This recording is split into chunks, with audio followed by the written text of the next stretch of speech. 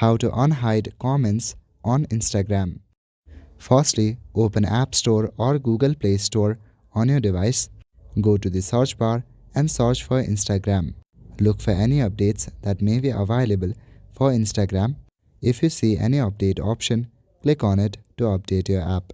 If not, go back to your home page and open Instagram on your device. On Instagram, make sure you are logged in to your account. From the bottom panel, go to your profile.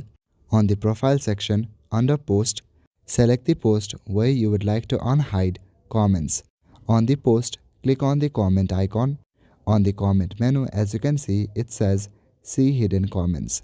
If you click on it, then you can see hidden comments. Under comment, you should see unhide option. Click on it and select unhide. And as you can see, it has been unhidden. If you want to hide it again, click on the hide option. So that's all for today. Thank you.